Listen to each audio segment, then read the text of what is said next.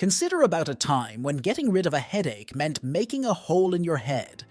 From ancient Egypt's use of crocodile dung to treat illness to the early 20th century's use of radioactive water, history is full of strange medical practices.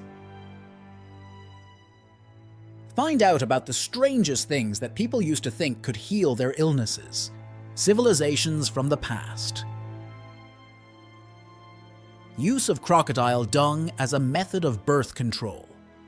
The ancient Egyptians used a lot of strange ways to avoid having children. One of the stranger ones was crocodile dung. To make a pessary, women mixed crocodile dung with honey and sodium carbonate. They then put it in their vaginas. People thought that this mixture would make an unfriendly setting for sperm, which would stop pregnancy.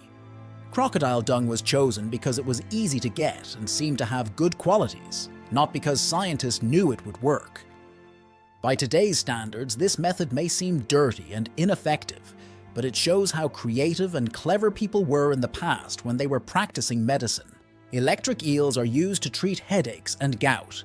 In ancient Greece and Rome, people used more unusual methods like electric eels to help people get better. A Roman doctor named Scribonius Largus wrote about how the torpedo fish, which is a type of electric ray, was used to treat headaches and gout. People with pain would put the injured area on the fish, which would then give them electric shocks that they thought would ease their pain. At the time it was used, this method was an early form of electrotherapy, which is surprising and new. The torpedo fish could send out up to 220 volts of electricity, which is strong enough to temporarily numb the skin and make muscles contract. Ancient doctors were always trying new things when they tried to use natural events for healing reasons, like this practice shows. It shows that the Greeks and Romans were open to trying new ways to treat illnesses in order to make people feel better. Treatments in the Middle Ages, leech therapy to clean the blood. In the Middle Ages, many people used leech therapy because they believed that keeping the four body fluids, blood, phlegm, black bile, and yellow bile in balance was important for health. This idea, called the humoral theory, said that illnesses happened when these body fluids were out of balance. People used leeches, especially the medicinal leech Hirudo medicinalis, on sick people to draw blood and supposedly restore the balance of their body fluids.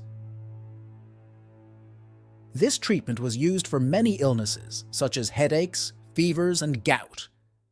Even though leech therapy wasn't very effective by today's standards, it remained popular until the 19th century because it had been used in medicine for a long time. Early 20th century history and use of lobotomies to treat mental illness. In the early 20th century, lobotomies became a drastic treatment for severe mental illnesses like schizophrenia, depression, and obsessive-compulsive disorder. Portuguese neurologist Antonio Egas Moniz developed the procedure in 1935, believing that cutting connections in the brain's prefrontal cortex would reduce symptoms. The technique gained popularity in the United States through Dr. Walter Freeman, who introduced the ice pick lobotomy. This method involved inserting a sharp tool through the eye socket to reach the brain and cut neural connections.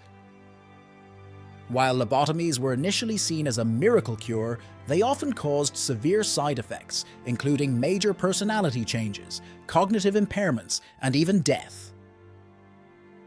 The procedure became less common in the 1950s with the arrival of antipsychotic medications, which offered a less invasive and more effective treatment for mental illness.